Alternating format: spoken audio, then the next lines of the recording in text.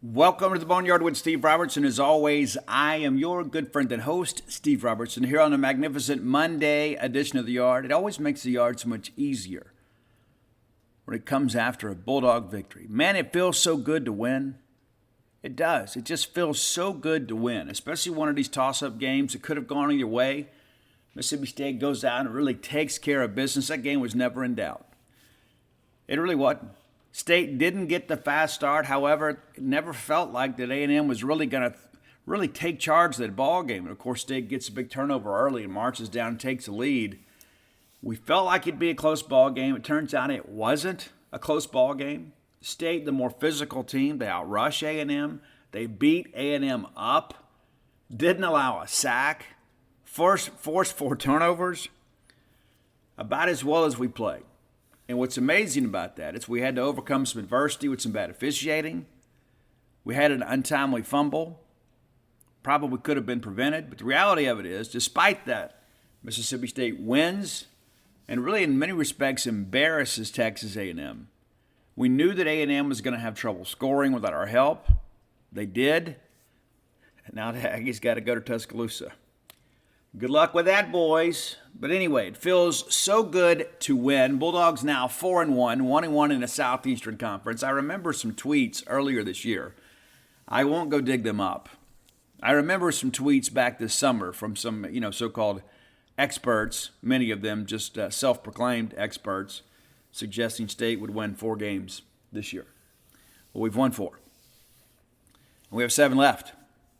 So it looks like those prognostications were false, which, of course, those were rooted in fantasy rather than fact.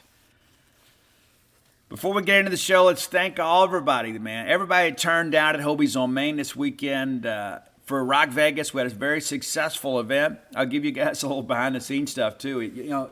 There's so many things that happen in show business you never know about, right? Kind of part of the deal. So it's so funny. It's so funny how life works, right? It's so...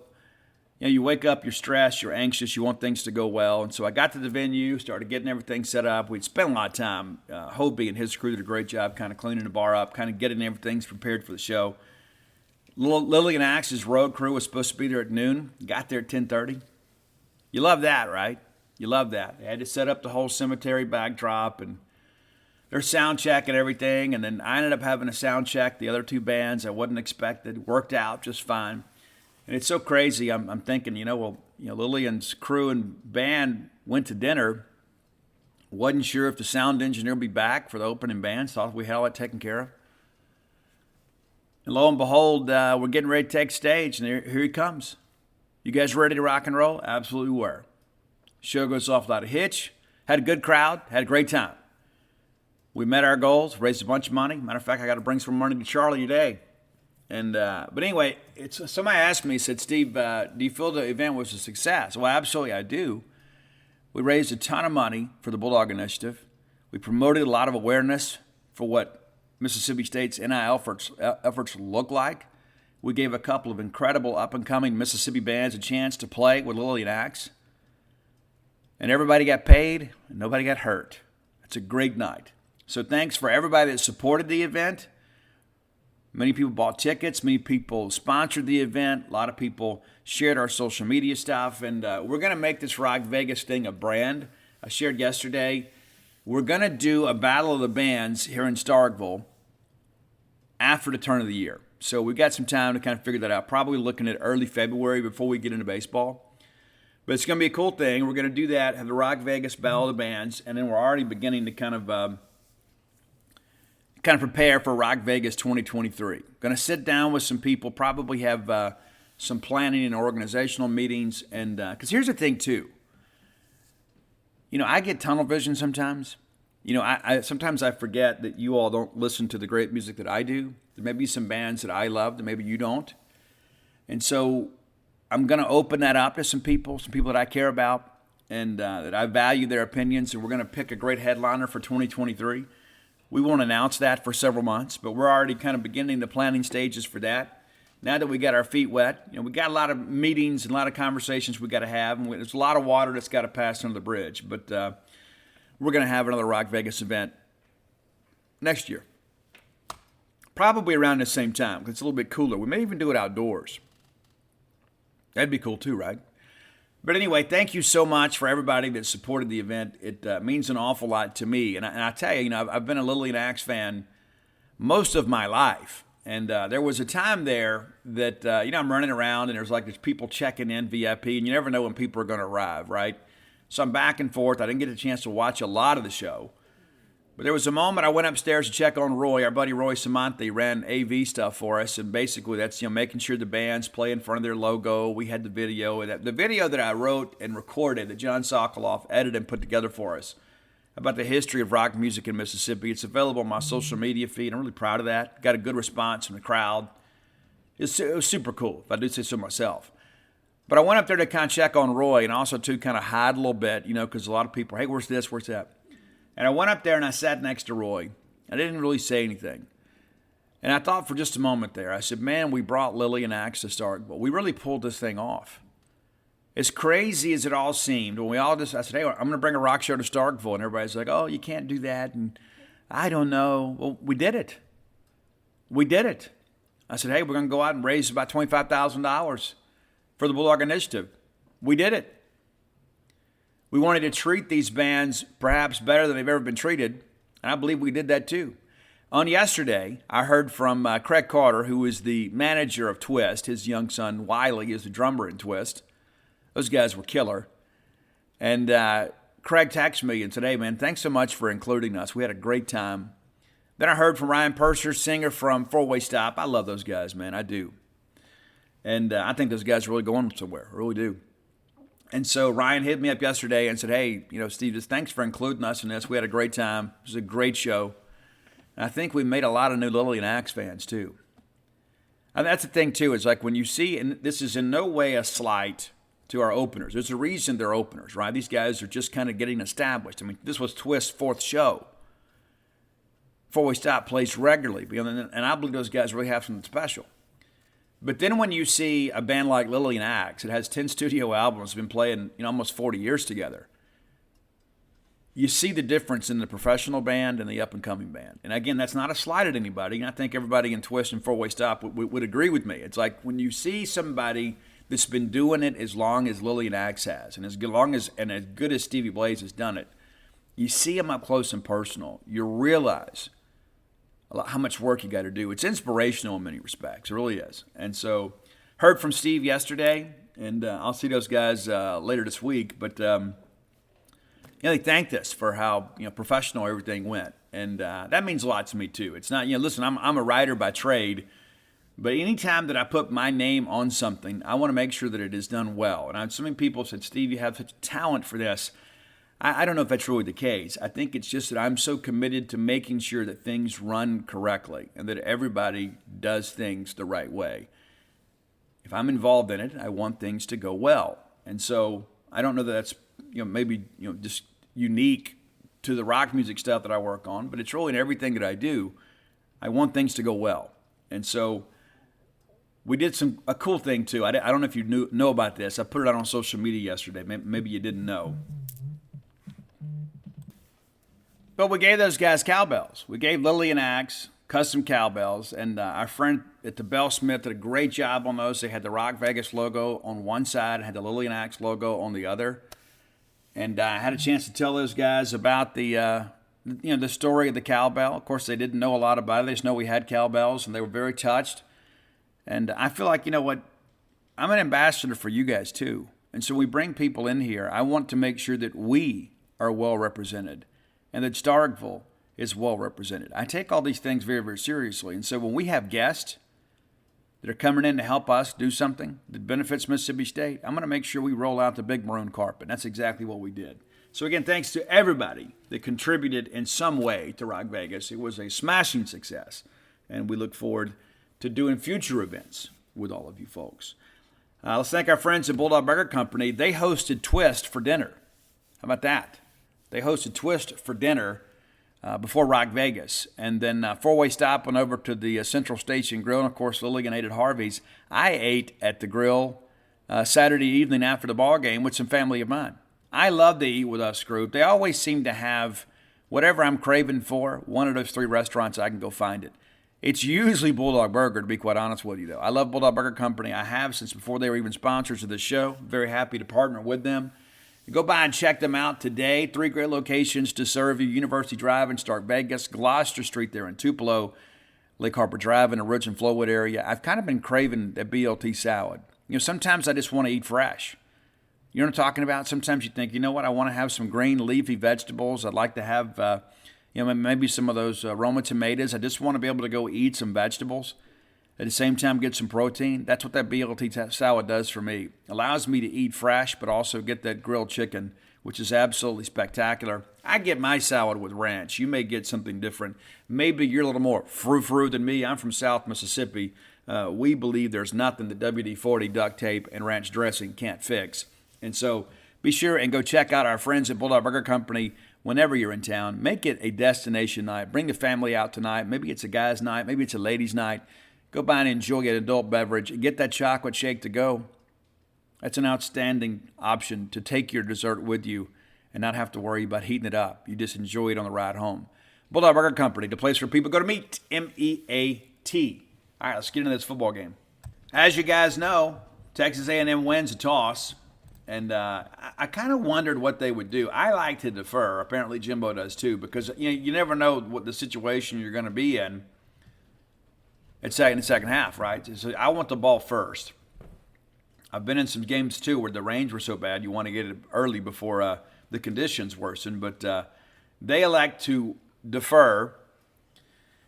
And so Mississippi State gets the ball first. And right out of the gate, we come out there knowing that they're going to have a 3-man front. We want to establish the running game. We do. Dylan Johnson runs for 2 yards. This is a great play design here. Turns out we didn't do a whole lot with Austin Williams in this ball game. But we bring him in motion because we had numbers to the right. And so we shift him over. We outnumber them on the flank, and we swing it out to Austin Williams, who breaks it for 14 yards there in a first down. Now we're already out there approaching midfield. Dylan Johnson then runs off right side for 11 yards into Texas A&M territory at the first and 10 at the 48. We're incomplete then. They nearly get to Will here. And I think a patchwork offensive line. We slid Nick Jones out to left tackle, had Steven Lasoya playing left guard. Still not sure dollar bill status at this point. But this group played outstanding. Absolutely outstanding. And again, you go look at recruiting rankings, and you would think that A&M should have run over this group. They didn't. Says a lot about coaching, says a lot about commitment, says a lot about competitiveness from your Bulldogs. All right, 2nd and 10, we're incomplete to Caleb Ducking. This ball probably should have been picked. And there was a few of these. Not that we adopt the Hugh Kellenberger doctrine about the almost interception, but Will was a little bit off target early. He settled in and did a good job. But this ball probably should have been picked. All right, 3rd and 10, we go to Tulu, and I can't remember if this was the drop. I think we only had one in the game, and unfortunately it was Tulu. But we get the kickoff, and so we're able to play a little field position here. Archer Trafford, 34 yards. We get it inside the A&M 15 there. All right, 1st and 10 for the Aggies at their own 14. Of course, they're going to get Devin Etienne going, and that's their guy, right? You got to get him in a rhythm, and you want to get Max Johnson kind of going a little bit, give him some ball control type throws, kind of get him relaxed. All right, 2nd and 1, they give it to Etienne. He goes up the middle for 7. 1st and 10 at the A&M 30. Max Johnson gets flushed, and State did a lot of this. We made Max Johnson very, very uncomfortable, where he had to tuck it and go and get what he could get. He runs out there for 4 yards. 2nd and 6. They go back to A-Chain. We all know this guy is the heart and soul of this offense, especially with Anaya Smith done. You stop A-Chain, you beat A&M. We had trouble stopping him early, and then we adjusted. But now it's 1st and 10 at the A&M 46. Max Johnson runs again. Jed Johnson still gets him. 2nd and 6, Johnson incomplete to Donovan Green. Jevin Banks gets a hand on that. That thing is nearly picked. And as the ball was floating up there, we had 2 Bulldogs dive for it. And you're thinking, man, if we could have picked that thing clean, how huge would that be early on? Turns out we didn't need it. 3rd and 6, they swing it out to A-Chain. We're in cloud coverage right here, and we do a great job. How many times do you see it? Make them throw it underneath and go make the tackle. And the Bulldogs make the tackle. DeCamerion Richardson, who had a huge game, one of his better games in the uniform, for sure. It's 4th and 4. They come out and they punt. And I didn't think Nick Constantino had the punting game that I expected. That guy's an elite punter. He did not do a good job against State. So I think some of that's, you don't always see it in the box score, but State really, on the special team side, we've shown some things that we're close to getting to one. And I think at times Nick felt the ghost. It's the month of October, so maybe that's part of the deal. All right, so but we take over to our 8. So fair catch there. So the net result is pretty good here for Nick. All right, State takes over at their 8, and we go to Woody here for 3 yards off the left. We're complete then to Rah-Rah for 6, brings up a manageable 3rd and 1. I think everybody in the stadium thought we were going to run it here. Instead, we swing it out to Rufus, who gets 5 and the first down. 1st and 10, we go back to Rufus for 3. And I tell you, that Rufus Harvey kid is tough. He is really, really tough. There are sometimes a safety will get downhill on him, and I think, man, he's going to need a minute. And he pops right up. He's just a tough, resilient young man. All right, 2nd and 7 from the 25. We're complete to Marks for 2. Brings up a 3rd and 5. Former Mississippi State recruiting target, Edgerrin Cooper, on the tackle there. We run with it, and Marks, really a nice burst up here. Runs through there and gets a first down, and then there's a holding call. I have not had a chance to watch the replay yet because I'm a dish guy, and we had that craziness over the weekend, so I'll dial it up on the app and maybe watch it tonight. They call us for holding, makes it 3rd and 13, all the way back inside the State 20. And what do? We look for 82, Rufus Harvey. Great throw by Will, great catch by Rufus, and it's a first down. And those are backbreakers for a defense. It's like, okay, we're having trouble kind of stopping them. They're nickel and diming us to death. We finally get them behind the chains. We just got to make a play here. And then you don't. It's such an emotional drain on a defense. I don't care how mature you are. I don't care how long you've played football. I don't care how long you've been coached. I don't care how you feel. I don't care who you voted for. I don't care who you're dating. When you get in a 3rd and 13 situation and you have a chance to make a momentum-shifting play and they come back and shove it right up you, and next thing you know, it's not only did they get the first down, they get some plus yards there. Now you got to go do it again. You got at least 3 more downs to defend. We're complete then to Rah-Rah for 7, makes it 2nd and 3 at the State 42. We find Justin Robinson, who had a good game. I mean, I've been waiting for this, and we've seen flashes of Robinson in practice. And I don't know the situation or why he was down the depth chart. He did some good things in fall, too.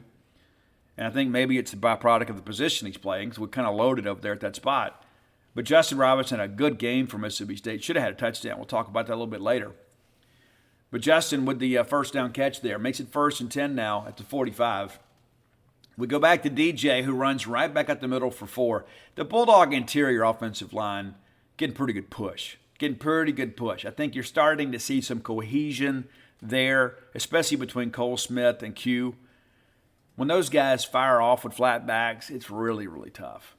All right, State's flagged for a first down. It's almost like we had false start bingo here, and I've done some research and talked to some sources.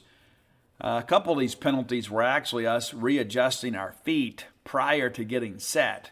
But for some reason, we got flagged for that. I'm sure we'll get a letter from the SEC. Oh, we're sorry. Kind of like when you get a stain on your dry cleaning and they can't get it out. They send you a little letter. Doesn't mean anything. Doesn't change anything. All right, so 2nd and 6. False start on Losoya now makes it 2nd and 11. DJ runs for 2, which brings up a 3rd and 9. And he's like, well, if nothing else now, we're near midfield, we can play field position here and maybe try to win the in and out here. We get backed up inside our 10. Maybe we can pin them inside theirs. And 3rd and 9, we complete it to Woody, who gets 5. And again, Edgerrin Cooper in there making plays for the Aggies. Makes it 4th and 4. We decide to go for it. And we get it. Nice burst up the middle from Woody. That's one thing I'll say about these Bulldog running backs. Price, not so much yet, even though I thought he had a good game too. When Woody and DJ get the ball in the interior, you talk about hitting the hole hard. If you're a young running back, listen to this show, or you know a young running back, have them watch the way that these guys explode. And I don't know if it's a product of Jason Washington's coaching or not, but when we get the football on a handoff on the interior, we hit the line wide open. And we got some guys that can jump cut too if the hole is somewhat blocked up there. But when the hole is there and we're moving people and paving a path, the Bulldog running backs hit the hole hard. All right, 1st and 10 now. We go to Tulu for one. And then next thing you know, it's another false start. Cole Smith this time. Now it's 2nd and 14. We go to Jaden Wiley. We didn't look for him much. And this is, again, probably a pass that should have been picked. And I bet when Will saw it in the film room, we thought, you know what, that's on me. And it was. Will knows these things. I mean, people act like Will Rogers is so fragile. He's not. Will Rogers is a coach's kid. He knows. Will knows. All right, so next thing you know, we're short to Woody, and we can't move the chains here. But at least at this point, we're on the plus side of the field, and you got a chance to pin them back deep. So even though the drive was not successful with scoring points, we were able to reclaim field position here. All right, 4th and 8, we punted away. And Moose Muhammad, what a stud that kid's going to be. Man, that kid's good. We did a good job against him, but he still made some plays. All right, but again, State dominating time possession here. A&M gets the ball back at their 10 with under a minute to go in the first half. They give it to Devin Ache, and he gets loose. We miss a tackle here. We had a chance to stop this play in the backfield. We don't. He gets loose. We compound the issue with a face mask penalty. So it's a 20-yard game plus a 15-yard penalty. So it's immediately they're out in their midfield after one play. They go from the 10 to the 45. They decide to run it the middle with Le'Veon Moss, who gets 2, and that runs out the first quarter. And so even though it was a scoreless game, I felt like State was kind of dictating terms here. Start of the second quarter, Evan Stewart runs for a 1-yard loss. Jackie Matthews, an absolute assassin out there against the run sometimes. All right, 3rd and 9, Max Johnson's complete to A-Chain. And guess what? We're in cloud coverage again, guys. We're going to make you throw it underneath. And what makes this work is down the field coverage. If there's nothing vertical, he has to check it down, and it's happened to us over and over and over again. We're dropping 8, trying to confuse Johnson. So they have to throw it out in the flat to A-Chain. We get him for no gain. Anytime you can get Devin A-Chain for no gain, that's a highlight play right there. And then, again, Nick punts it away just 40 yards and to the State 14, and Xavier Thomas gets 5 yards. So we're out into the 19. So, again, we're already plus 11 here, right? We took over the last drive at 8, and now we're here at the 19. Not great field position, but, again, you start trading those punts and you start winning in that respect, you get better field positions. Pretty crazy how the thing worked out for us here on the next drive. But there's a false start. The third different player, and now it backs us up. Immediately we're behind the chains, 1st and 15. Will Rogers then complete to Dylan Johnson, and then, again, there wasn't a lot going on here. And I give A&M a little credit here, too, for playing well. It's not always about us making a mistake. Sometimes guys win the matchup. That's what happens here. Now it's a 2nd and 18. We throw it to DJ, who gets 8, gets us back up to the 19, and then we're incomplete to Wiley. And now, again, this probably should have been picked. A lot of A&M people talking about that. They had impact plays to be made, and they couldn't make them. But Will's accuracy and ball placement got a whole lot better after this. All right, 4th and 10. George Geropoulos. I think I got it right this time. George Geropoulos, or George. We're doing the best we can, George. Punt 38 yards, and then what we do here, we lose the battle here, right? Because we get behind the chains. We don't get a great punt. We needed a great punt here. We didn't get one. Got a very less than average punt. And then Muhammad returns at 20 yards. And yes, there should have been a penalty. The very first got Bulldog down. He'd call either holding or blocking it back. I would err on the side of holding. There is no call. He returns at 20 yards. So now all of this trade and punt stuff is blown up in our face. Now it's 1st and 10 at our 37. And you think A&M is finally going to get some points here. Bulldog defense has got to stand strong. They do. 1st and 10 from our 37. A-Chain runs right for 11. They give it back to him to go up the middle, and he gets 8. And now you're thinking, you know what? They're going to ride A-Chain right on into the end zone here. 2nd and 2 from our 18, and sure enough, he gets loose again. They found some success in the middle of the defense, and he runs 12 yards down. The ball is knocked loose. Colin Duncan, a guy that's had some moments, but also, too, a little bit up and down this year, forces a fumble, and D-Cam recovers a fumble. Crisis averted. Great play by the Bulldog defense. They're given the short end of the field. They give up some some plays to A-Chain here, but when, hey, game's on line here, because we were expecting, I was expecting at least, a defensive struggle. I thought it might be a game in the teens. I even talked about with you guys, first team to 20 might win, which that is exactly what happened. But I didn't expect State to have the success they did. All right, at this point, I thought this is when State said, you know what, you guys are in a fist fight. Okay, we gifted you a short side of the field, and then we took the ball away from you, and now we're going to go and we're going to exert our will on you guys. And so we give it to Simeon Price, who runs for 4 yards.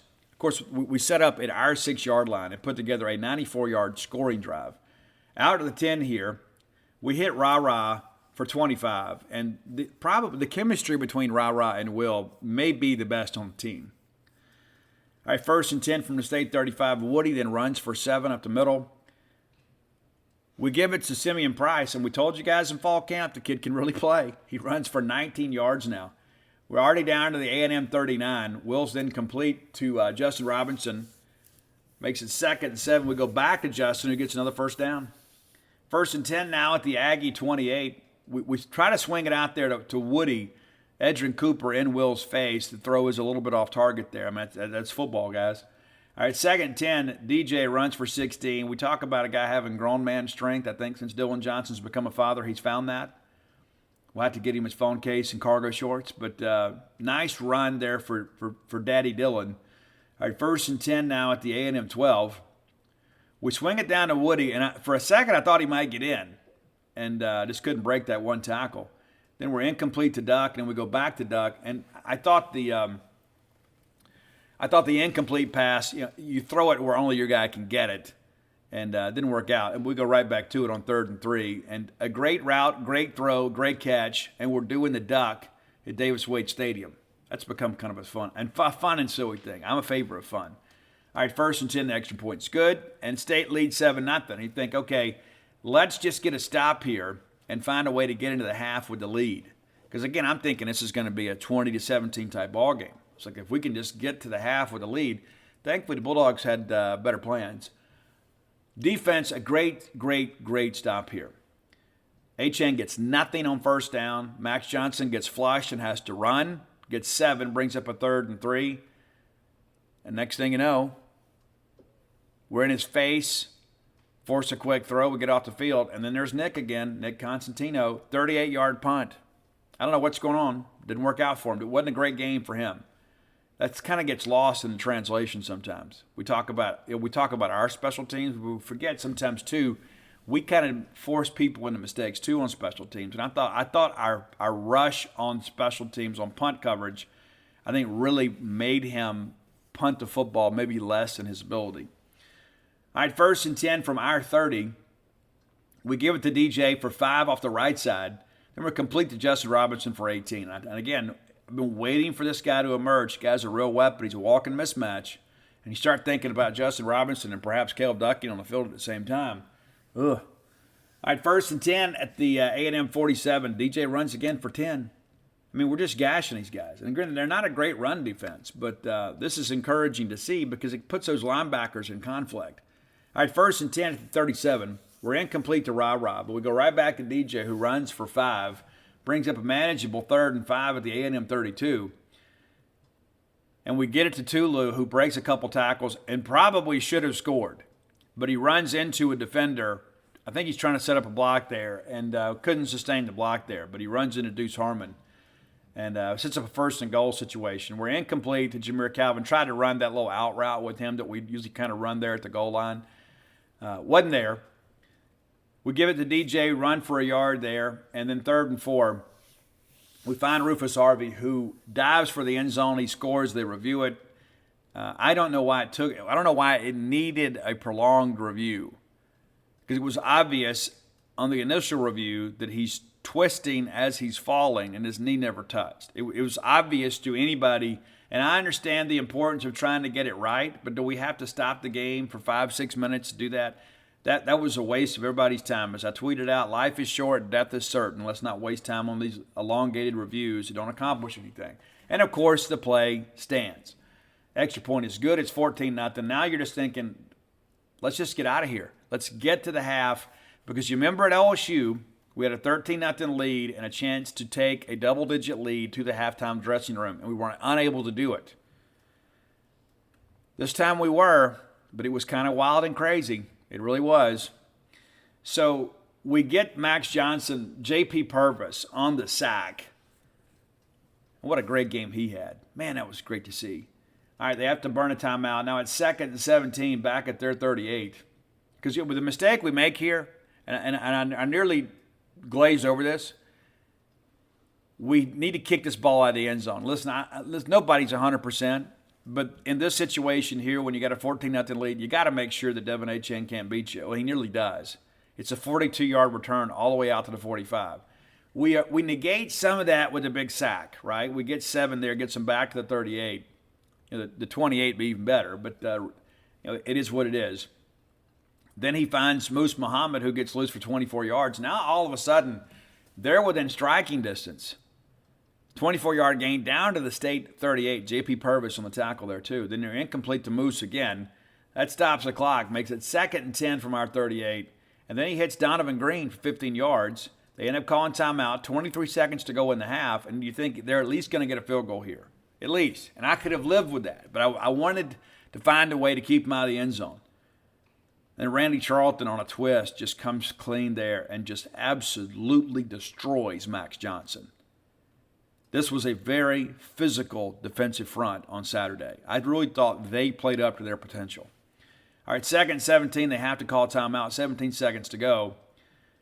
Sure enough, they go again, and they flag us for PI, and I'd like to see it again. I thought it was a little ticky-tack. Maybe it was the right call. I'm not going to judge the call because I haven't seen it. I saw it live, and I thought it was a little bit ticky-tack. The ball is underthrown. The defensive back has his back to the ball, and so it's kind of a judgment call with the receiver kind of working back. That's how I remembered anyway. I may be completely wrong, but anyway, we get flagged for PI. So we've had all this pressure on the quarterback. We've dumped him a couple times, and it's like, now here they are, with some time to play, 1st and 10 in the red zone.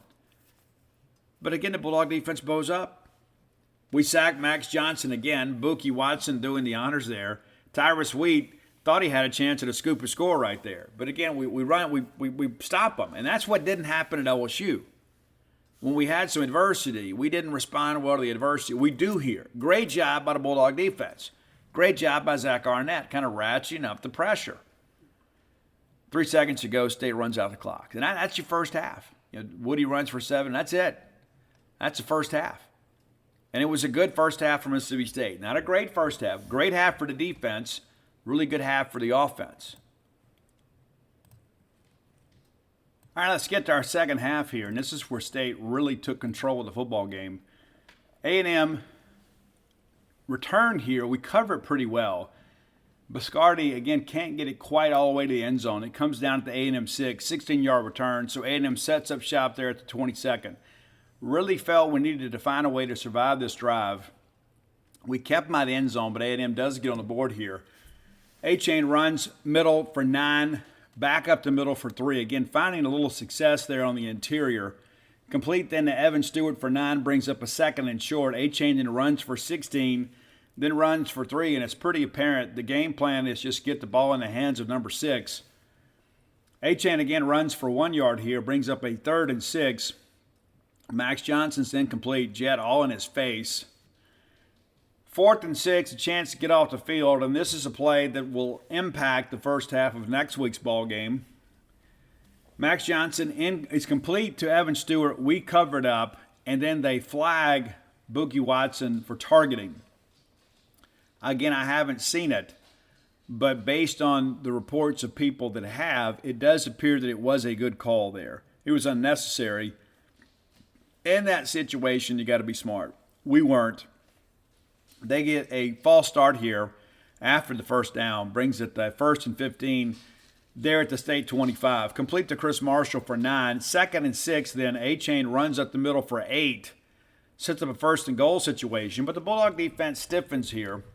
Achane runs for 2, then it's incomplete to Stewart. Jalen Green in his face there, speaking of Max Johnson. And then again, Max Johnson incomplete on 3rd and 6. Randy Bond trots out, kicks field goal. It's now a 14-3 ball game. So even though they get points here, it is still a 2-score game. State nearly lets them back in the football game, though. On the ensuing drive, it's a touchback. They did a great job with that. Did a good job managing the kickoffs for sure. Give A&M some credit there. Probably the best thing about their performance. State takes over at the 27. They wasn't a touchback. Forgive me. We had a chance to return this. Received at the 12 out to the 27. Dylan Johnson runs for 5, brings up a 2nd and 5. We hit ducking. It looks like he's going to have a chance to fight for the sticks here and then fumbles the football. They recover at the MSU 31, and I think every one of you felt like me. It's like, here we go. Here we go. Former Mississippi native Walter Nolan with the recovery there at State 25. Bulldog defense being called on again to play well, and they've played well the entire day. Texas A&M takes over, incomplete to A-Chain. They call PI on Colin Duncan. It's a spot foul, so it's just a 3-yard gain, but it is a first down. New set of downs here. A-Chain runs right for 5-yard loss here. They swing it out there. We do a good job. Jordan Davis, Sherman Timms out there making the play. Brings up a 2nd and 15. A-Chain then receives for a 1-yard gain. 3rd and 14, a false start, which puts them well behind the chains at 3rd and 19. And again, just play cloud here and make a tackle. We do. They have to throw it short and underneath to Chris Marshall for just a 5-yard gain. 4th and 14. And you think, okay, A&M's got a chance here to make it a 1-score game. But Emmanuel Forbes says, no, you don't. Forbes comes off. To be honest with you, he timed the snap perfectly. I thought he was offsides. He gets in untouched and blocks it. It's picked up by DeCamerion Richardson, who fights through a tackle and then runs 50 yards for the touchdown. So rather than it being a 14-6 game, now it's a 21-3 game. They flag us for unsportsmanlike conduct. It seems like the official just could not allow a little fun there. Ben Rabin then kicks off, and really good job here, but it comes down at the 7. Again, State, not as good a job as we had hoped on these kickoffs, but they return it 21 yards to the A&M 28. It's a 21-3 game, and 10 minutes of the third quarter are already gone. 1st and 10 at the A&M 28. Max Johnson gets flushed again, and Devontae Russell tackles him after a 2-yard gain. 2nd and 8, they're complete to Moose Muhammad for 4, which brings up a 3rd and 4. They find Muhammad again, who gets loose for 36 yards, all the way down to the MSU 30. They're complete again to Evan Stewart for 12 in the red zone now, and State, I thought, was outstanding in the red zone. This was not one of those exceptions, though. He finds Moose Muhammad 18 yards for a touchdown. The extra point is good. Now it's a 21-10 ball game, and you feel like State needs to answer. Just get any points here and begin to feel good about life. And again, it's a 2-score game, but you just feel like, you know what? State needs to find a way to get control here offensively. Not a lot has happened offensively for State here in the second half. Things begin to change a little bit here. We take over at our 25. We're complete to Dylan Johnson for 8. Then Justin Robinson, again, we find him again. And again, kind of a breakout game for him. Wasn't a hero, but again, a very solid contribution for him. Brings it 1st and 10 out at the 41. We hit Dylan Johnson for 14, really running with a good head of steam there. Powers through a couple people. 1st and 10 now in A&M territory. We run DJ for 3 down to the A&M 42. 2nd and 7. We find Rufus Harvey again, and Rufus Harvey is just a big play guy. He just is. And it seems like every time he catches the football in space, somebody somewhere is going to miss a tackle. 1st and 10 now at the A&M 29, and DJ runs out the quarter with a 4-yard gain. So we head to the fourth quarter with an 11-point lead. State does a good job here kind of putting the game away here. We talk about the kill shot. We talk about making the big play to remove all doubt, and I think State does that on this drive. Will's incomplete to Justin Robinson, but there is a PI called there on Denver Harris. Gives us a 1st and 10 at the A&M 11. We try to go to Justin Robinson here. It's broken up. Nice play by Denver Harris. But 2nd and 10, we go right back to him for 10 yards, and it looked like he might have a chance to get in. Give A&M some credit for denying the goal line there, but it makes a 1st and goal. DJ runs for a loss of 1. 2nd and 2, we try to find a way to get to Calvin, and Chappelle is just on Will's face here, kind of rushed to throw a little bit. Not much choice there. 3rd and 2. We get it to Tulu, which sets up initially a 4th and goal there at the 1 yard line. And this is when things got a little bit dicey. But we give it to DJ, who runs in for the touchdown. The extra point is good. It's 28-10. And I think at this point, nobody doubted what the outcome would be. We kick off again. We don't get the touchback. It does go to the goal line. A-Chain returns at 18 yards. State covers it pretty well here. 1st and 10 now from the A&M 18. Johnson's incomplete to Evan Stewart. Forbes with the PBU there. 2nd and 10. Deep pass to Moose Muhammad for 11 for another first down. 1st and 10 at the A&M 29. They're complete to Chris Marshall. They're on the march again here. And then next thing you know, we dial it up, and it's a big sack. J.P. Purvis right through the A-gap there. He and Jevin Banks team up for the sack. Banks, a good ball game for him. 2nd and 18 now at the 33. They find Moose Muhammad again, which, again, it just seemed like every time they needed a big play in the passing game, you don't have Aniyah Smith and Muhammad stepping up. Give him some credit for stepping up and trying to play well for his team. Now it's 1st and 10 from the 41. They're complete to Chris Marshall for 1, makes it 2nd and 9. They swing it out to A-Chain for 7, brings up a 3rd and 2. And again, A-Chain moving the chains here with a 4-yard gain. 1st and 10, complete to Devin A-Chain for 2 yards. 2nd and 8, Haynes King now in the ball game.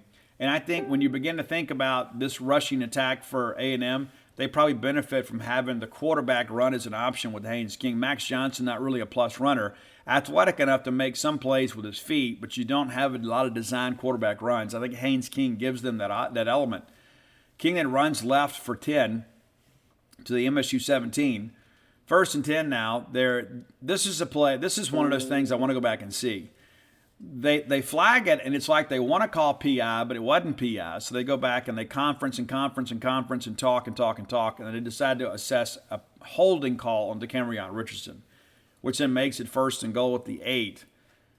Incomplete to Moose Muhammad. Colin Duncan with a PBU there. Randy Charlton in the grill of one Haynes King. 2nd and 8 now, or 2nd goal from the 8. It's complete to Donovan Green. State rallies and makes a big tackle there to set up a 3rd and goal situation. It's incomplete. And then 4th and goal, they go for it, and Haynes King makes a guy miss in the open field. I believe that was DeMonte Russell. And he goes in to score. Extra point is good. It's 28-17. So while the game is not officially decided yet, it just felt like at this point A&M was going to make a game of it, but would there be enough time left? State removes all doubt. Very first play from scrimmage after the touchback. Will lays it up. And a great play concept here. You flood the right side, get rah-rah and man-to-man coverage, and he beats the guy, and the next thing you know, stays on his feet. 75 yards. Longest play from scrimmage this year. Extra point is good. It's 35-17, and they were beginning to party here in Starkville. All right. 1st and 10 from the A&M 25. King is complete to Evan Stewart for 7. They find Evan Stewart then for 26 yards. They're on the move here. And then it's Emmanuel Forbes getting the pick here. Great play there. Really kind of just set the tone for what was left in this ball game. Now State a chance to run some clock here and kind of shorten the game on these guys. Rogers complete to Ra-Ra. Incomplete, Then we find Ra-Ra for 21 yards. Sets up a 1st and 10 at the State 46. Woody Marks gets loose for his longest run of the game, 26 yards, down to the A&M 28-yard line. We're incomplete to Caleb Ducking. Denver Harris again, he was called his name a lot. 3rd and 3. 2nd and 10. We're complete to Ducking for 7. Denver Harris makes a tackle there. So Brest is up a 3rd and 3, and we couldn't find Jameer Calvin. We attempt a field goal. It's no good. And that's one of those things, too, you look at. Last weekend we were perfect on special teams. This week we weren't. We were good. We weren't great. We were far from perfect. A&M takes over with 3:43 to go in the game. Haynes King incomplete to Jalen Preston. And the next thing you know, it's a pick 6. Judd Johnson in the face. Emmanuel Forbes picks it off, takes it back 33 yards for the touchdown. Extra point is good. They flag us for blocking out of bounds. So that's going to be assessed on the kickoff. But it's a 42-17 ball game with just 3:21 to go. And it's like, okay, this thing is over. Let's get to the house. We kick it off, Joe. It's tough to find good help these days. You see it all over. A lot of businesses are hiring. You can't pass through town without seeing a help wanted sign somewhere around. And here's the issue. Any potential hire that you make could potentially be a high-stakes gamble for your business. You want to be 100% certain you have access to the best qualified candidates available. That's why you have to check out our friends at LinkedIn Jobs. LinkedIn Jobs helps find the right people for your team faster and for free. How about that? And how many times have you gone through a hiring process where you have to look through dozens and dozens of resumes and applications only to find out you don't have a viable candidate? Here's the thing. You can post your job for free on LinkedIn Jobs. Very easy to do. You add your job in the purple hashtag hiring frame to your LinkedIn profile to help spread the word that you're hiring. Simple tools like screening questions make it easy to focus on candidates with just the right skills and experience so you can quickly prioritize who you'd like to interview and ultimately hire. The money quarter is coming. You need to be uniform and you need to be strong in your message by having the most qualified team work for you. It's why small businesses rate LinkedIn Jobs #1 in delivering quality hires versus leading competitions. LinkedIn Jobs helps you find the qualified candidates you want to talk to faster than ever. Post your job for free at linkedin.com/boneyard. That's linkedin.com/boneyard to post your job for free. Some terms and conditions may apply. What are you waiting for? Get after it today. Preston returns it out to the A&M 39. Of course, we had to kick from so far back. You knew there was going to be a return. There was. A&M, again, with the help of some officials here, is able to come back and respond. Haynes King complete to Devin Price for 5. L.J. Johnson runs hard for 14 inside. I think at this point they knew the game was over, so why waste any more wear and tear on A-Chain? So they put L.J. Johnson in, who looks like a good-looking back to me. It's an incomplete to Devin Price, 2nd and 10. Incomplete to Moose Muhammad, and they called Jet for P.I. And again, I haven't seen the replay of the game, but looking at it live, I didn't see any P.I. Maybe I was wrong. Maybe you guys saw it differently. Sets up 1st and 10 at the 28. It's incomplete to Moose Muhammad. John Preston all in his face. Haynes King then incomplete to Moose Muhammad. And again, they flag us for P.I. This time it's Hunter Washington. And again, maybe it's because I wanted the game to be over. I didn't think it was P.I. I need to see it again. It didn't look like much there. Not to mention, you look at the flow of the ball game. We always want to enforce the rules. But if it's a ticky-tack call here, just let it go. Let's get to the house, right? All right, 1st and 10, they're complete to Devin Price for 5. Then L.J. Johnson rushes for 10 up the middle, down to the state 1-yard line. And then the next play, he's in on a 1-yard plunge. Extra point is good. They attempt the onside kick. State recovers. It's now a 42-24 ball game. And State runs the clock out here. Woody goes for 5. Simeon Price runs for 1. And that's it. That's your ball game. Let's look inside the numbers here in State's 42-24 win. Pretty good ball game. For State. A&M with 27 first downs, State for 22, and of course State with 2 non-offensive scores, so that keeps some offensive production off the board, but also too, State scored pretty quickly on a couple drives, especially that 75-yarder to one-play drive there. Looking at rushing numbers, State outrushes A&M 144 yards to 136. State averaging 6 yards a carry, and that's what you're going to get when people want to drop 8. And good on the Bulldogs for taking full advantage. On the game, State only loses 2 yards rushing. That's it. A&M 38. All right, passing, Will Rogers is 31 of 45. Average completion over 10 yards, 10.6. And 3 touchdowns for Will. A&M 3 for 252. Total offense, State 473 yards of offense. A&M 388. A&M actually ran 1 more play than State. State penalized 13 times for 138 yards. A&M just 3 for 24. I thought there was a pretty big disparity here, and it wasn't just the fact that that I thought they were flag happy on State. I think they let a lot go with A&M. There were a couple of holding calls that didn't get called, and State's able to overcome that. I mean, you have 10 more penalties than your opponent, over 100 more yards and penalty yards, and you're still able to win going away. It says a lot about the resiliency of your team. Neither team punted it exceptionally well. State did a good job keeping the ball inside the 20. But neither team got off the big punt. Both teams averaged less than 40 yards a punt. Some of that had to do with field position, and some of it had to do guys just not fully executing. State kicked off 7 times, A&M just 4. State actually did a better job, even though they had more touchbacks. 3 of their 4 kicks ended up in touchbacks. Only 2 of our 7. All right, returns. They had 5 kickoff returns for 117 yards. They averaged 23.4 yards a return. We averaged 7.5. State did not win time of possession, but again, that's a byproduct of 2 non-offensive scores and a one-play drive. A&M wins time of possession, 31 minutes and 12 seconds to 28-48. All right, individual numbers here. Max Johnson, 19 of 26 with a TD.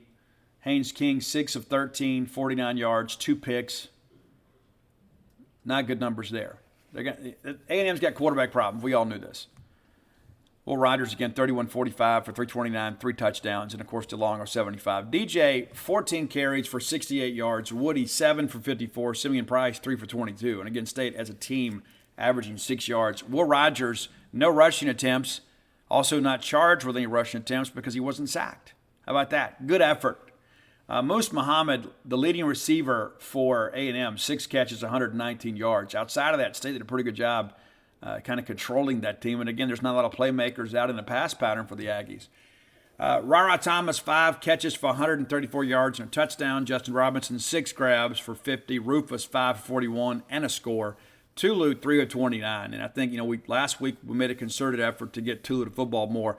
Maybe you need to see a little more of that next week. Dylan Johnson, 4 for 27. Woody, 4 for 20. And Caleb Ducking, very efficient day for him. 3 for 14 yards and a touchdown. Everybody is going to expect Caleb Ducking in the red zone. And then Austin Williams, 1 grab for just 14 yards. Jaden Wiley, Jameer Calvin, no receptions. They were both targeted multiple times, but maybe not enough, especially for Wiley.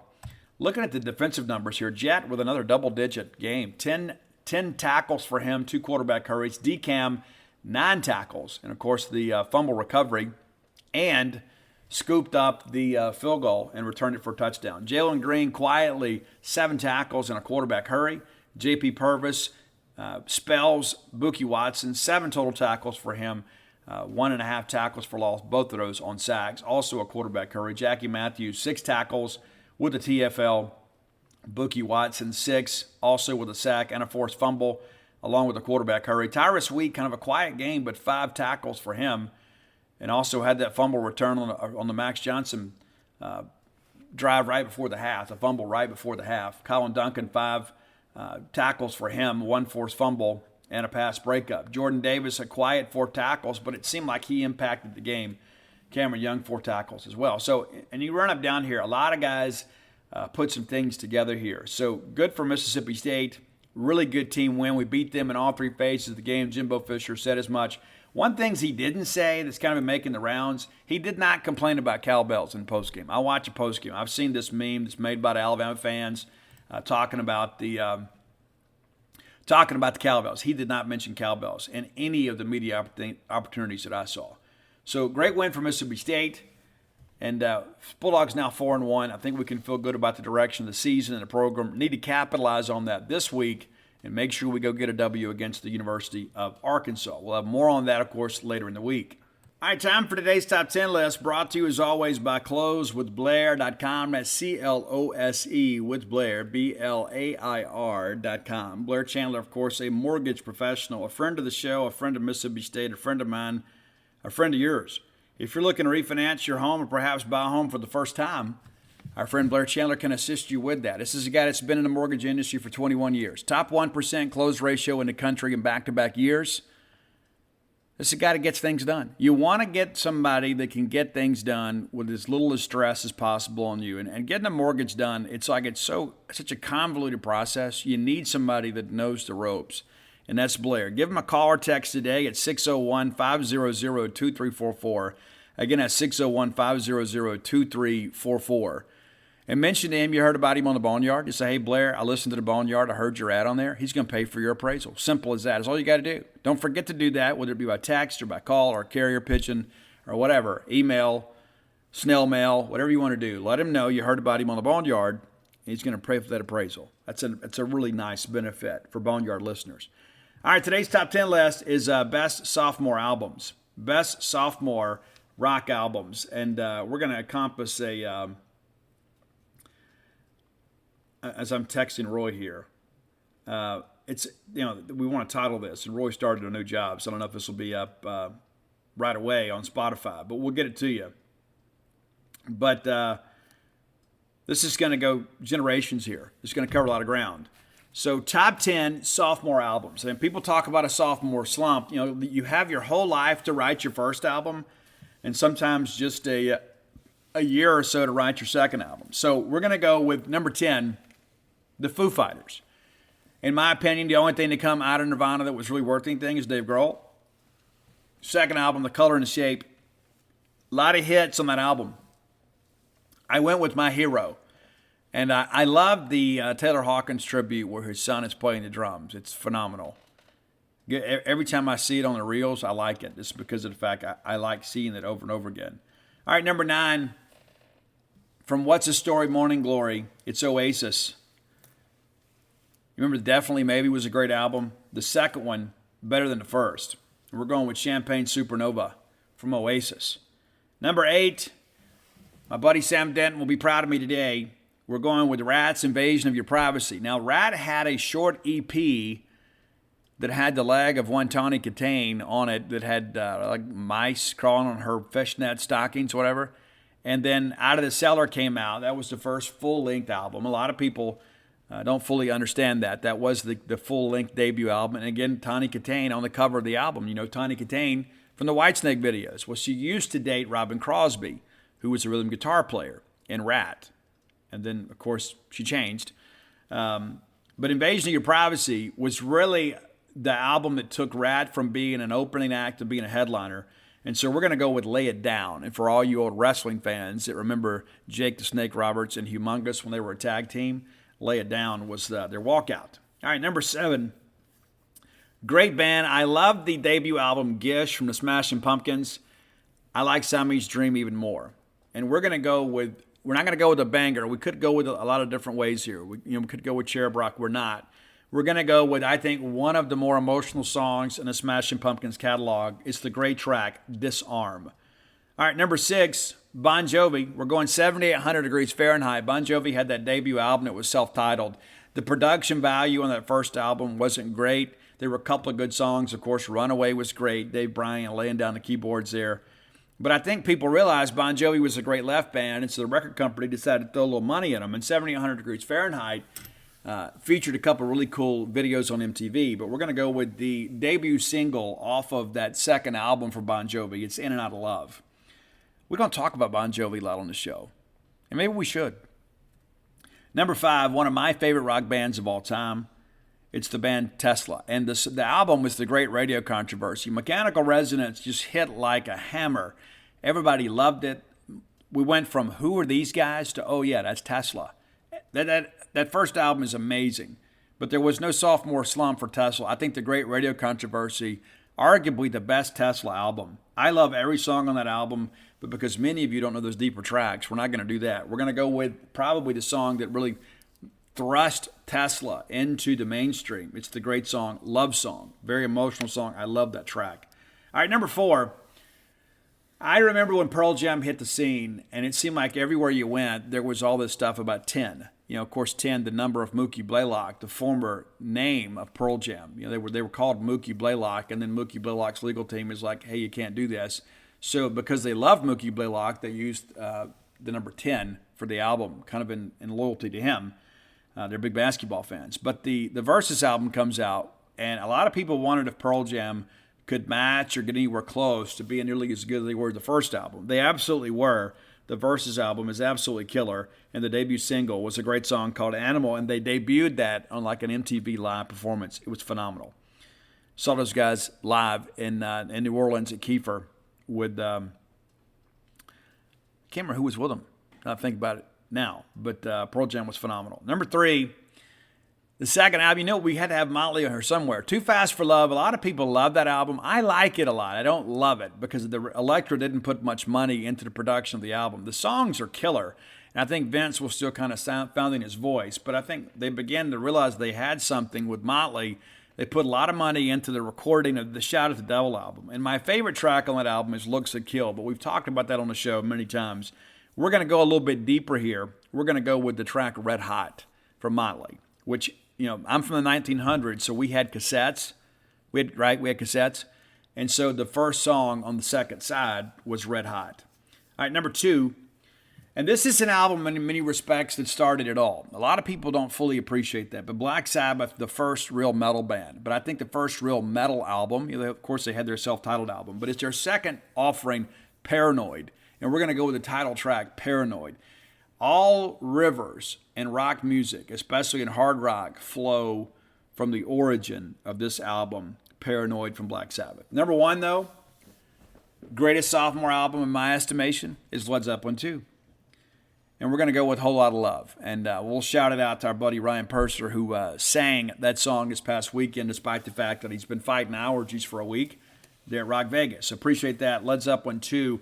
So many great songs in the Led Zeppelin catalog. But you get to know those first, like everybody knows Led Zeppelin 4, which is not technically called 4. A lot of people say it's Runes or Signs, whatever. But because their first albums were Led Zeppelin 1, 2, and 3, people just assumed it was 4. But Led Zeppelin 2, an absolutely killer album. If you don't know it, go download it today. That's our top 10 list today. If you have ideas for the top 10 list, reach out to Roy Samanti on Twitter at Dogmatic67, DAWGMATIC 67, and let him know what your thoughts are. We just may use your list. We use most of them. There's some of them I just can't do them justice, so we don't. But that's the top 10 today. Top 10 rock sophomore albums. And I'm confident that I forgot somebody, and you're going to come back and say, Steve, we didn't use this one, we didn't use that one. And maybe you're right. Like, I can think right now, like Alice in Chains' Dirt is one I probably should have had on the list. But then, there's the EP and there's Facelift. The Dirt album was incredible. Some would say, Steve, you didn't use Warrant. Warrant's Dirty, Rotten, Filthy, Stinking Rich, a great debut, but Cherry Pie was even better. So that's the thing. There's so many. The great rock bands have a great follow-up to a great debut. We could argue that Guns N' Roses, of course, they released 2 albums, Use Your Illusions 1 and 2. But when you think about so many other bands that hit the scene hard and kind of disappear, it's because they didn't have enough quality material for a second album. These bands did, which is why we still listen to them and we still talk about them. Again, thanks again for your support of the top 10 list, and look for that list on Spotify later today. All right, next segment of the show brought to you by the fine folks at Campus Bookmart. I love Campus Bookmart. You will too. Pretty crazy stuff. Campus Bookmart doing a great job for a great fan base. The Bully Shop's been completely renovated. Everything's upstairs now, which has allowed them to expand their selection of Mississippi State merchandise. The greatest selection of Mississippi State merchandise in the known universe. Be sure and go by and check them out next time you're in town. If you can't make it to town to go by and see their smiling faces, encourage you to visit them on the World Wide Web, courtesy of Al Gore's internet, at campusbookmart.net. And by being a loyal Boneyard listener, we'll give you a phrase that pays, which is BSR, which stands for Beautiful Steve Robertson. That gets you free shipping on all orders over $50. Any order less than $50, absolutely incomplete. Again, that's campusbookmart.net, promo code BSR. Let's take a look around the Southeastern Conference. Some craziness within the league. I don't know that there was, maybe a surprising result when it came to wins and losses, but and what about Missouri giving Georgia all kinds of trouble? We'll get to that. Let's start with Kentucky at Ole Miss. Some would argue that Kentucky gave Ole Miss the football game, and maybe you can make that case. But here's the thing. Ole Miss made the plays to win the game. It's not like Kentucky just, completely, short-circuited. And now late in that ball game, they hit a big throw on the fade there, and they get into 1st and goal, and you think, okay, well, here it is. At least Kentucky can kick a game-tying field goal. But a great individual effort by the Ole Miss pass rusher, beats a guy off the edge, forces a fumble, Ole Miss recovers, the game is over. And so it's like, yeah, Kentucky had some malfunction. They maybe should have never been in that situation. But you know what? That's part of football. If everybody executed to a high-level proficiency, it's like, would we just play forever? Would these games always just, would we still be like in our 50th overtime? Ole Miss made the plays to win the game. I don't like them. I'm just telling you that. I don't like those guys. But you know what? How can you argue against the fact that they're undefeated? Yes, they've had a light schedule, and this was their first real test, but they passed. Yes, they had some help from Kentucky, but they made the plays to win. I mean, how many times have you been in a ball game where like a team makes a mistake and your team doesn't capitalize? So Ole Miss finds a way to win the game and remain undefeated. Now they're ranked in the top 10. And, are they a top 10 team? In my estimation, probably no. But the polls say they are. And how do you not rank them in the top 10 when they're 5-0? You have to. And it was an interesting game. Kentucky had a couple botched extra points. I guess they had one blocked. but no scoring in the fourth quarter. You got to give Ole Miss some credit for that. They shut Kentucky down in the fourth quarter. With the game on the line, nursing a 3-point lead, they did not allow a score in the fourth quarter. So, hey, I don't like them, but I admire the effort. I tip the cap. I've told you guys I think Kentucky's a fraud anyway. But they lose. Alabama really struggled with Arkansas for a while and then really got it going. And this was a weird game. So Alabama jumps out to a 14-0 lead. It's 28-7 at the break. And you think, okay, they're going to cruise. Well, then Bryce Young is banged up, has an arm injury.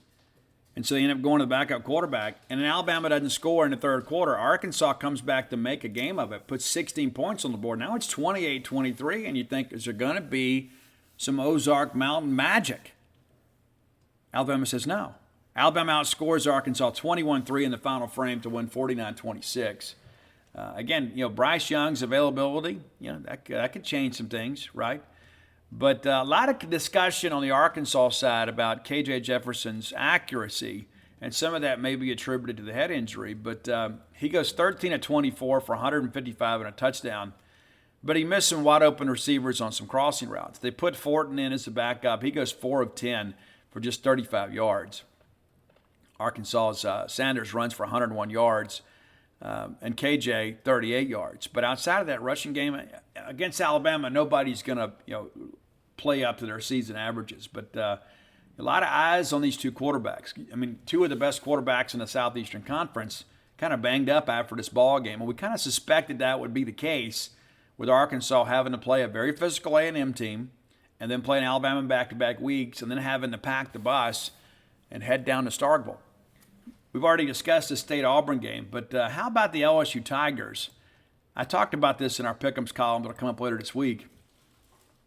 LSU is living dangerously, man. They get down in this ball game, 14-0, 17-0, and they come back and they score right before the half to make a game of it. Get 14 points there, so it's a 17-10 game, and then LSU takes the lead there in the third, and their defense takes over. And you just feel like this whole thing with Auburn is just beginning to unravel. They're 3-2 and 1-1 in the league, but they still got a lot to go. And this is a game at home. You have a 17-0 lead at home, and you lose. That's not going to curry a lot of favor within the fan base or the administration. 17-0 lead in the second quarter, and then you don't score the rest of the game. Completely shut out in the second half. So, again, LSU, I think, kind of in a precarious situation, and probably advise them not to get too cocksure about life. I don't think this LSU team is great. I think they're getting better. But anytime you win at Auburn, it's a big deal. But this year, it's probably not the big deal that it normally is because Auburn's just not very good. We talked about that Georgia-Missouri game. What a wild game this thing was. I mean, it's like everybody was like, is this real? We were walking out of Davis Wade Stadium, and it was 3-0 at the end of one. And then you look up at halftime, it's 16-6. Missouri with a 2-score lead against the number one team in the country at halftime. You think, oh, second half, Georgia run all over them. Well, they didn't. They didn't. Georgia scores 6 in the third quarter, and then Missouri tacks on a field goal to make it a 19-12 game. You start thinking, is this going to happen? Well, Georgia eventually talent wins, and Georgia finds a way to outscore them in the fourth quarter, 14-3, and they win. You wouldn't call it an impressive win. Missouri covers here, but who cares about that? I mean, it's like, and Georgia didn't put the game away till late. It's a 22-19 Missouri lead until Georgia scores, with about 4 minutes to go. And then I think at that point, the goose was cooked. But interesting game, to say the least.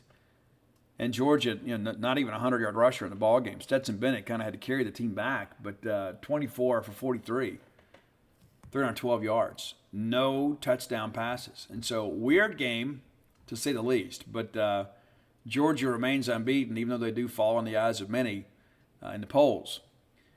Florida blows out Eastern Washington. You expected that to happen. No big surprise there. And that game got moved to Sunday due to the storm. And again, we offer our prayers and condolences and well wishes to all those in Florida and other parts of the eastern United States that have dealt with that storm, Hurricane Ian.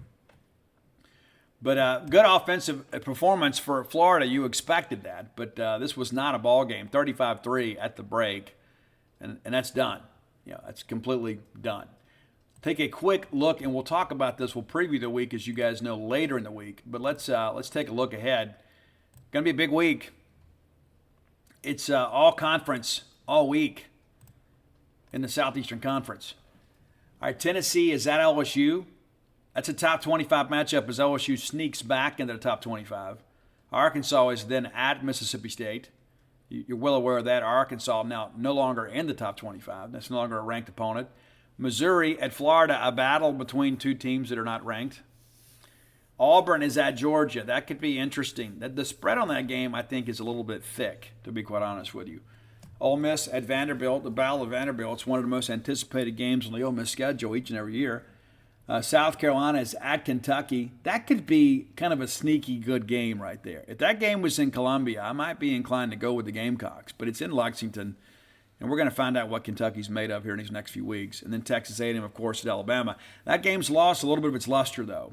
But you remember last year, A&M had lost to Arkansas, had lost to Mississippi State. They found a way to go beat Alabama. Of course, that game was at home. And now they're going to be playing on the road in Tuscaloosa. And then all these barbs that were traded in the offseason about NIL, and they bought this player, and they did that, and you're an idiot, and you're an idiot, and your dad stinks, It's all that kind of stuff. There's all this childish behavior. It's not a good look for the league. You have two of the high-profile coaches in the league speaking like that. And the fact that A&M called a press conference to respond to Nick Saban's comments. I mean, it's just, sometimes you got to be the bigger person. And I get it. You want to defend your program. But now all of that kind of comes to bear on a football field in Bryant-Denny Stadium. So we'll see what happens there. And with this A&M offense, as anemic as it is, you begin to wonder, will Nick make Jimbo answer for that on the scoreboard? Or will it be a game like we'll just get a lead and, we don't want to injure our quarterback or whatever, and you don't even know who's starting? The press conferences today around the league will be awfully interesting. To find out who and what is healthy. Which quarterbacks are healthy, which ones are not. It's going to be interesting. A lot of eyes on Fayetteville and, of course, at Alabama. And we'll see what happens. But it's going to be awfully interesting to see what the coaches have to say, if anything. All right, time for the final segment of the show brought to you by our friends at Portico. You love Portico. I love Portico. Sometimes I wish I lived at Portico. And just announced, too, as we'll get back to our Portico ad, is your Defensive Player of the Week, Emmanuel Forbes. I tweeted that out. If anybody else got it, it was going to be a surprise. Emmanuel Forbes aggressed 2 picks and a blocked field goal that returned for a touchdown by Cameron Richardson. You talk about filling up a stat line. So congratulations to Emmanuel Forbes, one of the best cornerbacks in the country, and does not get the press that he often deserves. So congratulations to Emmanuel Forbes. But again, Portico, a great place to live, 1.1 miles away from the Mississippi State campus. But you're tucked away in a neighborhood. It's not like you're out there on 82. You're off of 82. You're off of 12. You turn off of 82 on 12. The very first right is Pat Station Road. You go through the four-way stop, and there's Portico on the right. So you're close enough for convenience, but far enough away to have some privacy. I encourage you to reach out to our friend Brooks Bryan. Brooks, a fantastic Bulldog, doing a lot of great things to make Starkville a better place, working with a great group of developers here to make Starkville a better place to live. Give Brooks a call or text today at 601-416-8075. Again, that's 601-416-8075. And Brooks can help you guys, whether it be your primary residence, whether it be your place in Starkville. The people say, we have a place here. You could have a place too. Maybe it's your future retirement home. Maybe it's your ballgame weekend retreat. Maybe it's a place where you just kind of get together with family and have a place to go rest and recreate after a ballgame.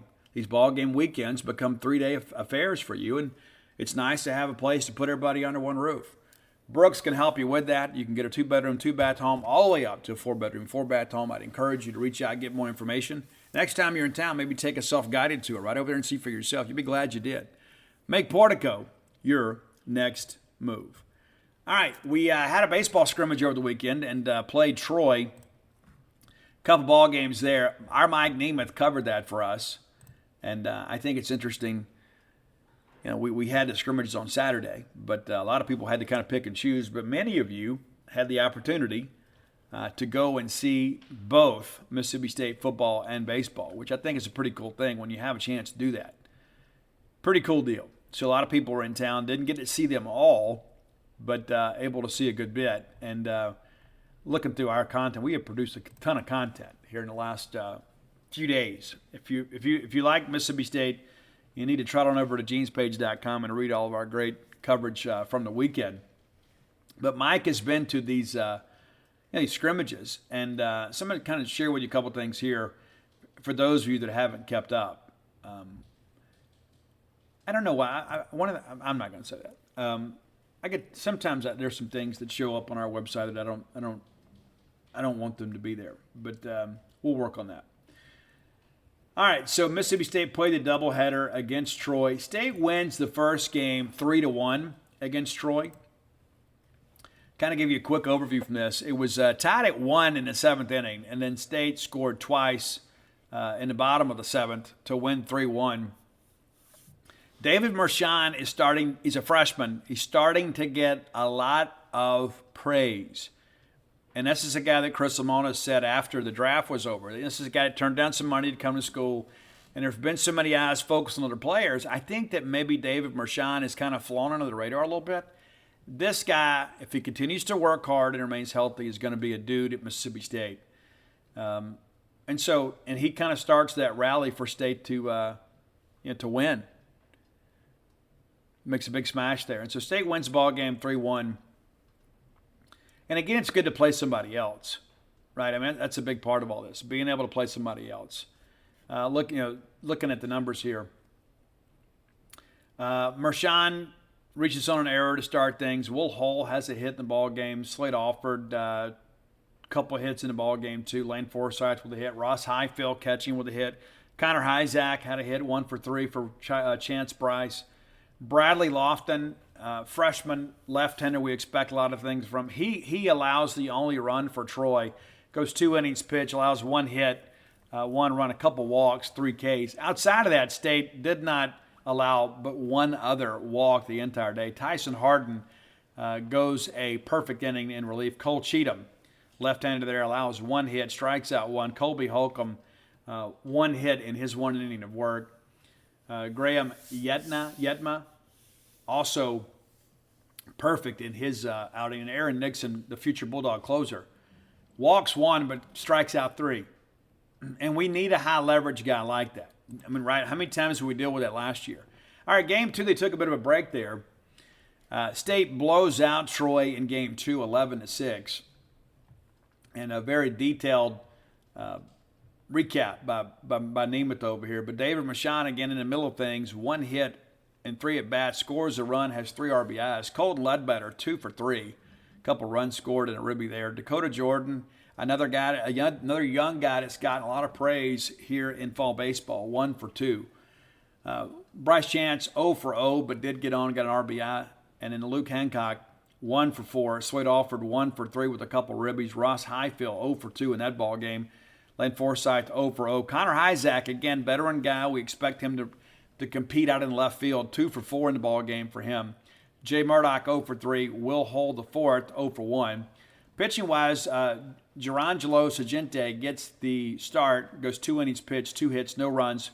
1 walk, but how about that? It's 5 Ks. Man, you love that. Landon Gartman, kind of a tough outing for him. 1 inning pitch, 2 hits, 2 runs, 1 K. Brock Tapper, then 1 inning pitch, 1 hit, 1 run allowed. Nate Dome comes in, the fireballer from transfer from Ball State. 1 inning pitch, walked 1, didn't K anybody, didn't allow any hits or any runs. Logan Forsythe, another guy, young guy we're really excited about. 1 inning pitch, no hits, no runs, no walks, no Ks. Tyler Davis, a little bit of a tough outing for him. 1 inning pitch, 1 hit, allows 3 runs, and 3 of those walks. And that's a guy we're going to need him to go out there and do some big things for us. He's going to be a matchup guy. And one of the things that he said when Chris Lemonis and those guys first recruited him is, they said, what do you want to do? He said, I want the ball when the game is on the line. So you like people that have that kind of moxie and have that kind of competitiveness. Not a good day on Saturday, but that's baseball, right? There's some days you get out there and it's one day chicken, the next day feathers. But the reality of it is State handles business, and you win that. And they will play Alabama, too, that same weekend. We're over there for football. Probably play that game Friday night. We don't know for sure. We did that. We played them over here. So it's a good thing they allow these scrimmages. These are real games. And it's, you want to play somebody else and kind of see what you got. You play all these inter-squad stuff, and sometimes it's just difficult to kind of gauge how good you are and what you are. So Bulldogs take care of business.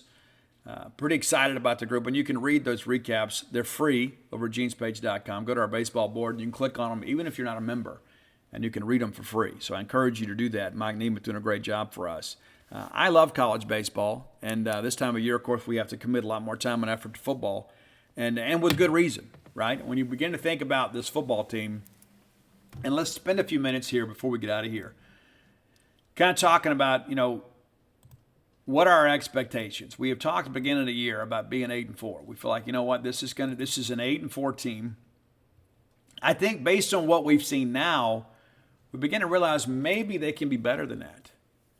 I think now everybody looks back, and the day after there was all this angst about us losing to LSU, and LSU is a good team, not a great team. It's one thing we've talked about. You don't always get that good LSU team. You usually get a great LSU team when you go down there. We let them off the hook. And that's something we'll be talking about the rest of the year, I suspect. Because I don't think LSU is going to be a dominant team this year. I think we're going to look back and say, you know what?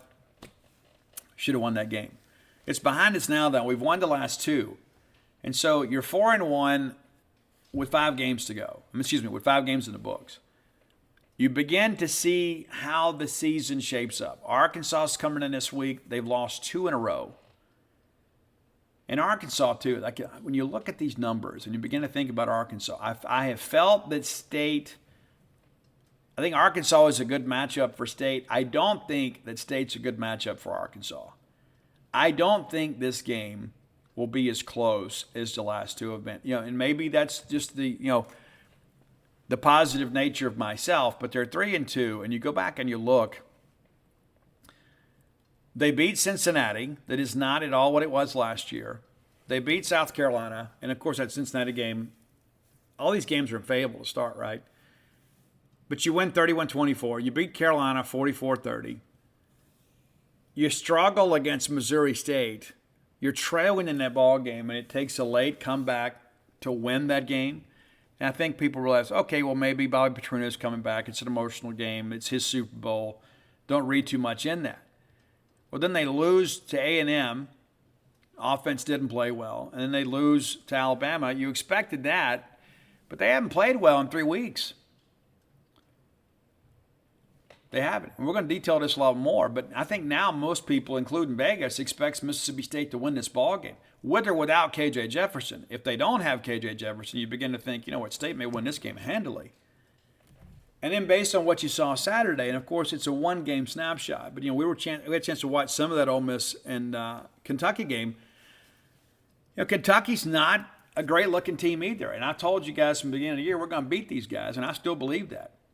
Their secondary also is real challenged. And so I think State's got a chance to do that as well. And I think that's a thing to understand, too. It's like we picked these games back in August, and you think, it's going to be great.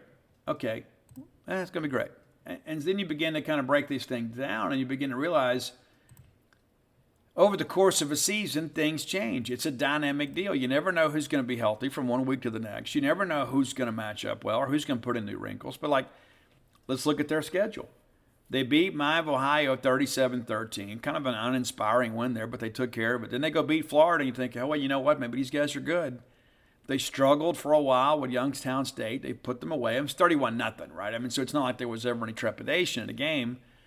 They sneak by Northern Illinois, 31-23, and then they lose in a mistake-filled game against Ole Miss. So you begin to think, now that people have seen film on some of these teams, people aren't trending with the same maybe trajectory they were when this thing started. And as it stands today, based on what you saw from last week, don't you expect State to beat Arkansas and Kentucky? Provided we can stay healthy. And it's like you start thinking now, well, what if State goes 6-1 in the first 7? Wait a minute now. then you got to recalibrate your expectations a little bit. Now again, we can afford. We don't play in the games, or we don't coach, or we don't call plays, so we can afford to kind of get ahead of ourselves a little bit.